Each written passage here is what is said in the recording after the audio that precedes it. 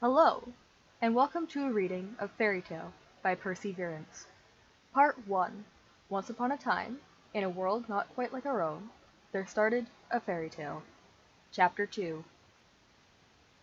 Kier Keen basked in the early autumn sunlight as they lay on a thick branch of a live oak. As their eyes closed and their face relaxed, they tried to banish the thoughts from their head. It had been hours since they left the family estate to get some air. They loved their noble house, but they needed some time alone to recharge. Thanks to their sister being off in the northern palace of Sepal, they were alone with just their parents and the estate staff. Their father was supportive, but not of the same interests, and their mother was, well, their mother.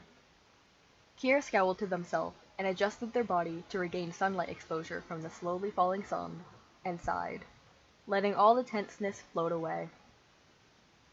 Now that they were finally alone in the cool air, it would most likely be a calm evening for this elf. As with all strapping literary characters with this kind of thought, they were wrong. Kier thought the only thing that would mark them as a co-protagonist of this compelling tale. They continued to relax for some time, letting their guard dwindle and fall as the sunlight and sound of the swaying tan-colored leaves around them calmed them into complacency. The moment Kier closed the lids of their eyes, one of their pointed ears felt the stream of air whizzing past their head, and both ears heard an object piercing into a tree shortly thereafter. It was an arrow. Opening their sharp gray eyes, the elf dropped some distance down from the tree and into the blackberry bushes below. A few scratches were worth it when life was on the line. The evening sun cast dancing shadows into the bush as they lay as close to the ground as possible. The thorns were thick and brown, but at least they were big and bushy enough to protect from projectiles. Two humans rushed towards the bush, arguing. "Perilous plateaus of regret. You missed," the first accused, voice low and ragged, but sounding of some sort of authority between the pair.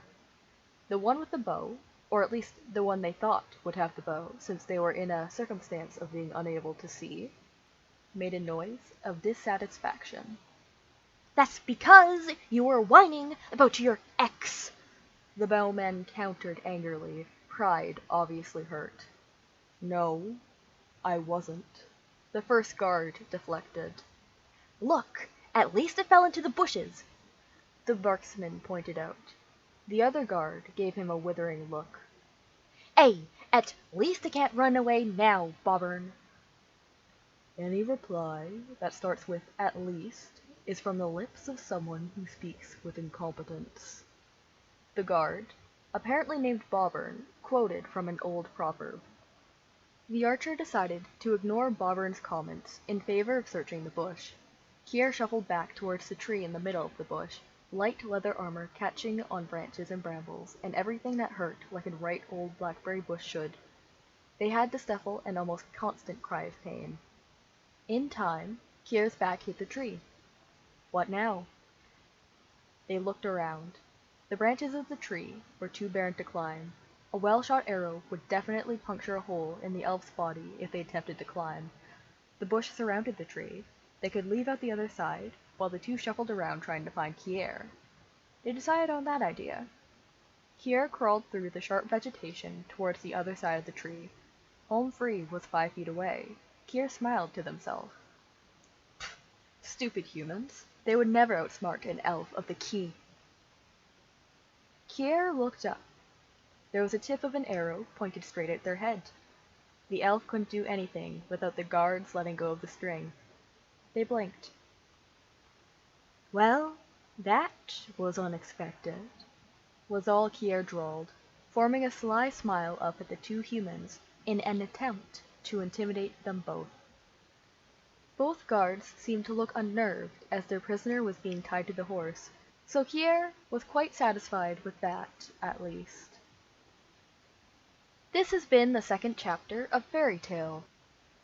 Like and comment below if you want to hear more. As always, this is Perseverance, and remember, you are valid, you are worthy, you are loved, and I hope you have a wonderful day.